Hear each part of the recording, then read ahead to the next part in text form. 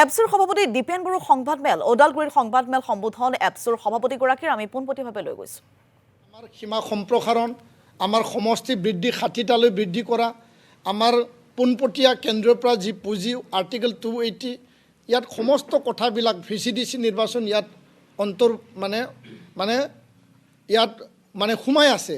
আৰু ইয়াৰ কাৰণে নিখিল বড়ো ছাত্ৰ সন্থাই এই কথাটো স্পষ্ট কৈছোঁ যে 5টা বছৰ চুক্তি স্বাক্ষৰৰ কাৰণে চুক্তি স্বাক্ষৰকাৰী নেতৃবৃন্দক ৰাইজে সহায় কৰিলে 2020ত মতদান দিলে, মিলিজুলি এটা চৰকাৰ হ'ল।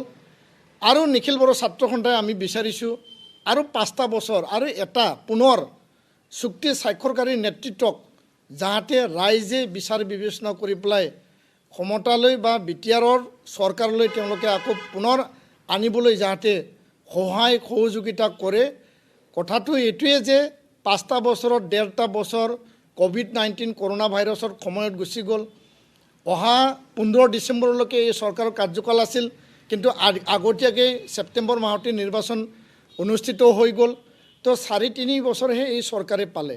ইয়াৰ কাৰণে চুক্তি ৰূপায়ণ আমাৰ প্ৰধান লক্ষ্য, আৰু চুক্তি ৰূপায়ণৰ কাৰণে ভাল চৰকাৰ লাগে, চুক্তি স্বাক্ষৰকাৰী নেতৃবৃন্দৰ চৰকাৰ লাগে।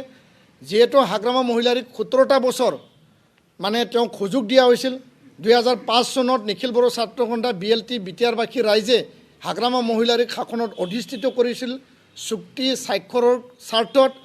2020 চনত প্ৰমোদ বড়ো ডাঙৰীয়াক চুক্তি স্বাক্ষৰৰ স্বাৰ্থত বিটিআৰবাসী ৰাইজে সকলোৱে মিলি এপছু NDB বিটিআৰবাসী ৰাইজে ক্ষমতাত অধিষ্ঠিত কৰিছিল।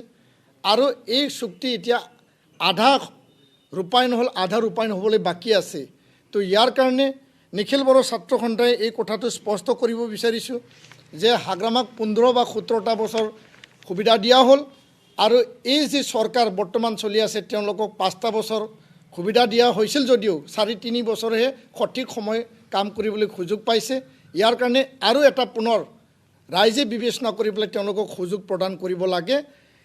এই সংক্ৰান্তত মই এটাই কথা ক'ব বিচাৰিছোঁ যে হাগ্ৰামা মহিলাৰী ডাঙৰীয়াক আমি আমন্ত্ৰণ জনাইছিলোঁ, আৰু প্ৰমোদ বড়ো ডাঙৰীয়াক আমি আমন্ত্ৰণ জনাইছিলোঁ।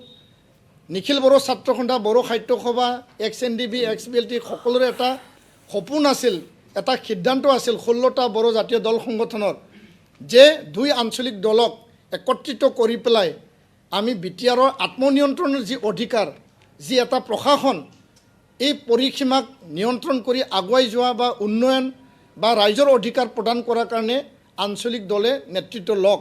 কিন্তু হাগ্ৰামা মহিলাৰী ডাঙৰীয়া আলোচনাৰ মেজলৈ নাহিল, প্ৰমোদ বড়ো ডাঙৰীয়া আলোচনাৰ মেজলৈ আহিল, আৰু সদশেষত এই যি 2 আঞ্চলিক দলৰ যি মিলন বা মিত্ৰতা বুজাবুজি এইটো সম্ভৱ হৈ নুঠিল।